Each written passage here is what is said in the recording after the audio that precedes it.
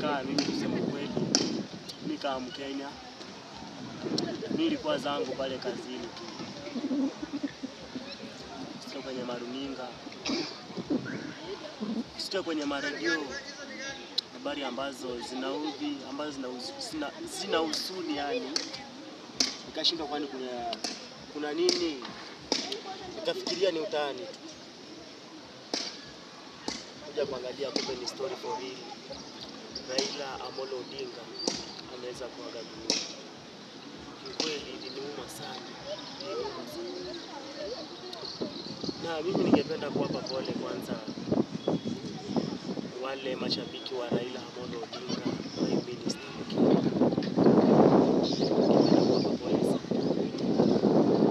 Licha nimechelewa kuwaletea video hii. Ile imenichukua process mrefu sana.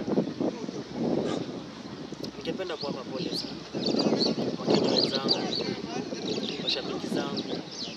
Ningependa kuwapa pole sana pamoja na familia ya Raila Amolo Odinga, watoto wake. Ningependa kuwapa pole sana, kwa sababu si kitu cha kawaida kumpoteza mtu wa maana kama hivi. Raila Amolo Odinga ametufanyia mambo makubwa sana. Ametufanyia mambo makubwa sana. Masomo ameleta, masomo ya bure.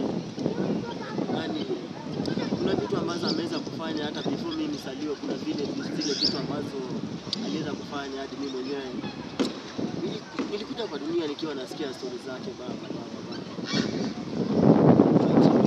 nasikia baba ametuacha. Kila mtu ukiangalia ni vilio baba.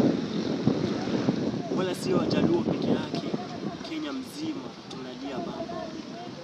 Raila Amolo Odinga, nenda salama na Mungu akulaze mahali pema peponi, na Mungu aweze kulinda familia yako, pia nao waweze kuwa na roho ya utu kama hiyo yako. Raila Amolo Odinga, inahuzunisha sana. Mimi kibinafsi siamini kabisa kama Raila Amolo Odinga alituacha na sasa hivi yupo kwenye mchanga. Licha mimi naweza kusema ya kwamba hiyo ni njia ya kila mtu. Sio kwamba mimi nimetenda mazuri sana ningali kwenye dunia, ningali naishi. Sio kwamba Raila Amolo Odinga ameweza kutenda mabaya ndio akazake. Nitasema tu yule ambaye aliweza kutuumba, kama yule ambaye ameweza kuniumba ndiye anaweza kumchukua. Mungu lazima mahali pema Raila Amolo Odinga.